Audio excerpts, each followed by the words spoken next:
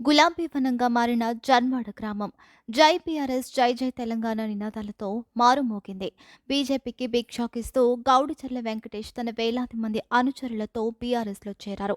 మాజీ మంత్రి సబితా ఇంద్రారెడ్డి, కార్తిక్ రెడ్డి ఆయనకు గులాబీ కండువా కప్పి ఆహ్వానించారు.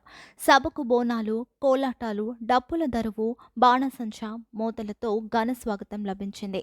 సబితా ఇంద్రారెడ్డి మాట్లాడుతూ తెలంగాణ అభివృద్ధికి కేసీఆర్ నాయకత్వమే శ్రీరామ రక్ష అని పేర్కొన్నారు.